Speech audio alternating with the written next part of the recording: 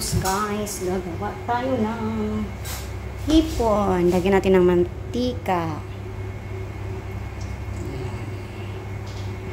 I-zoom natin.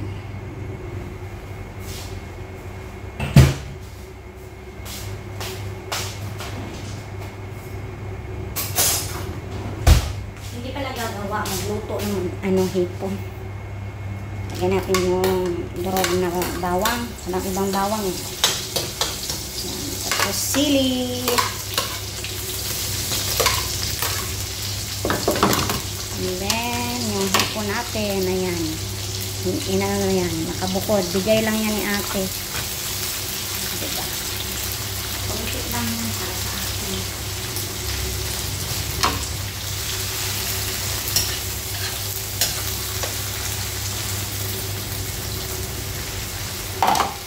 Lagyan natin ng asin.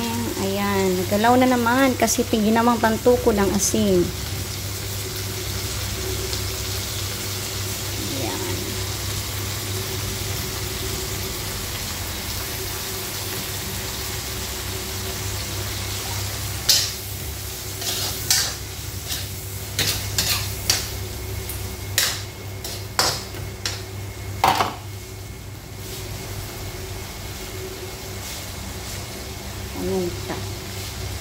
Iniwan ko yung o di naluto din siya.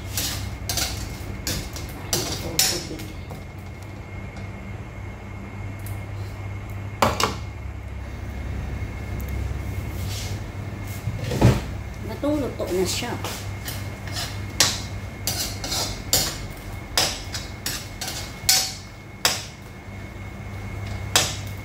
Ganyan lang magluto. Easy cook.